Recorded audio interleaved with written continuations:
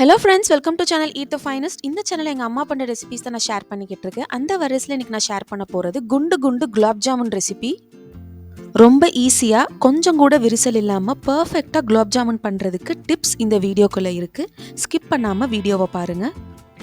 குலாப் ஜாமுனை பிடிக்காதவங்க யாருமே இருக்க முடியாது. வீட்டில் ஈஸியாக விரிசல் இல்லாமல் குலாப் ஜாமுன் பண்ணுறதுன்னு எப்படின்னு வீடியோக்குள்ளே பார்த்துடலாம்.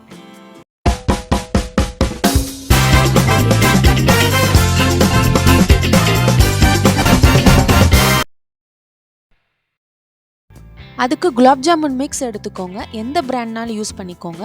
200 கிராம் எடுத்துக்கோங்க.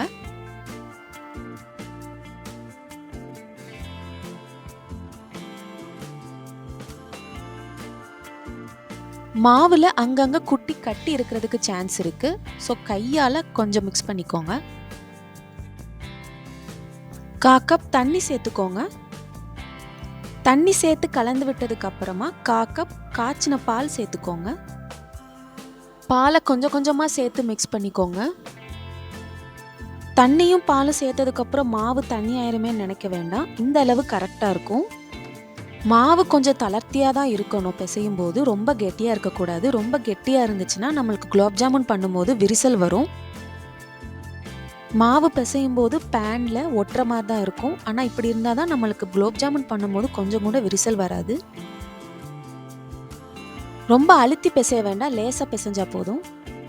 நல்லா பிசைஞ்சதுக்கப்புறம் ஒரு 10 நிமிஷம் மூடி போட்டு மூடிடுங்க, ஊறட்டும்.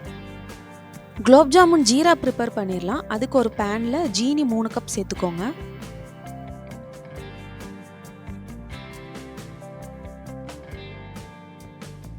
தண்ணி 2.25 கப் சேர்த்துக்கோங்க.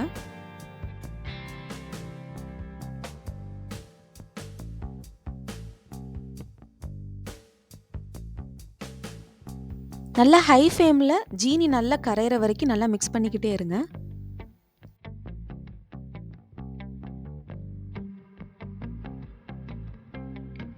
ஜீனியில் இருக்கிற தூசி அங்கங்கே இருந்தால் வடிகட்டி எடுத்துக்கோங்க.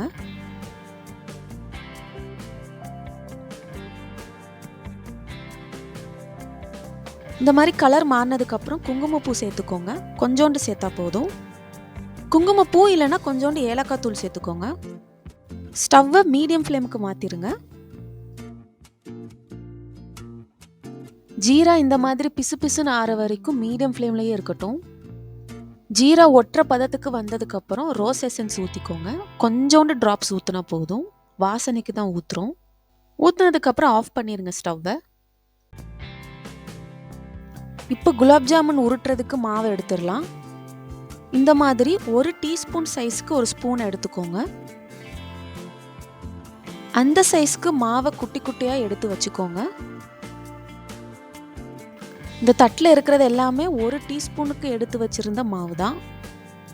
இப்போ குலாப் ஜாமுன் எப்படி விரிசல் இல்லாமல் பர்ஃபெக்டாக பண்ணுறதுன்னு பார்த்துடலாம். மாவை உருட்டுறதுக்கு முன்னாடி கையில் நெய் இல்லைன்னா எண்ணெய் தடவிக்கோங்க. முதல்ல மாவை உள்ளங்கையில் நல்லா அழுத்திக்கோங்க. அழுத்தின பிறகு லேசாக உருட்டுங்க. உருட்ட உங்களுக்கு இந்த மாதிரி உருண்டையாக வரும். இப்போ பார்த்தீங்கன்னா உங்களுக்கு எந்த விரிசலுமே தெரியாது. நீங்கள் மாவை உருண்டை பண்ணிக்கிட்டு இருக்கும் போதே அந்த சைடில் எண்ணெயை நல்லா காய வச்சிருங்க ஹை ஃப்ளேமில்.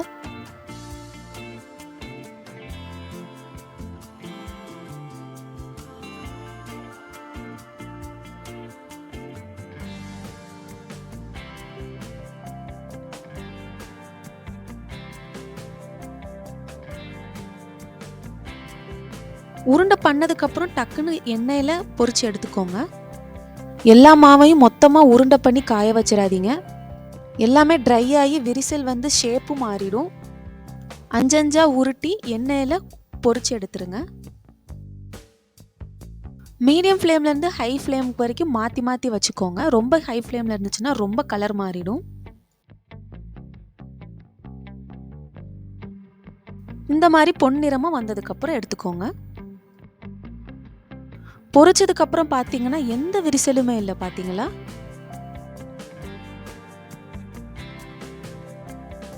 பொரிச்சதுக்கு அப்புறம் டக்குன்னு ஜீரால ஜாமுனை போட்டுருங்க.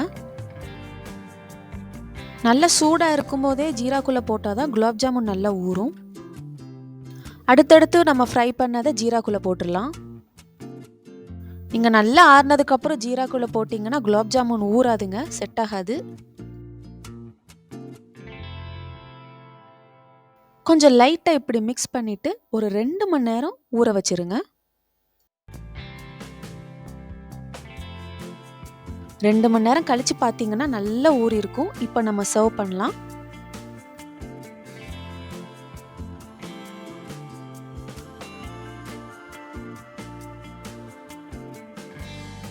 இப்போ பார்த்தீங்கன்னா எல்லாமே ஒரே சைஸில் பர்ஃபெக்டாக ஒரே கலரில் விரிசல் இல்லாமல் நம்மளுக்கு குலாப் ஜாமுன் வந்திருக்கு.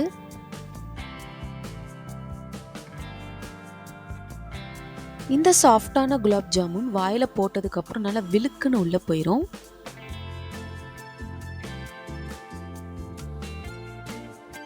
இப்போ ஒரு ஜாமுன் எடுத்து நம்ம டேஸ்ட் பண்ணி பார்த்துடலாம். கட் பண்ணும்போதே எவ்வளோ நல்லா ஊறி சாஃப்டாக இருக்குன்னு பார்த்தீங்களா? குறைஞ்சபட்சம் 2 மணி நேரமாவது நல்லா ஊறணும். அதுக்கு முன்னாடி எடுத்திங்கன்னா கண்டிப்பாக செட் ஆகிருக்காது குலாப் ஜாமுன். ஈஸியான, கொஞ்சம் கூட விரிசல் இல்லாமல் பர்ஃபெக்டான குலாப் ஜாமுன் ரெடி ஆயிடுச்சு.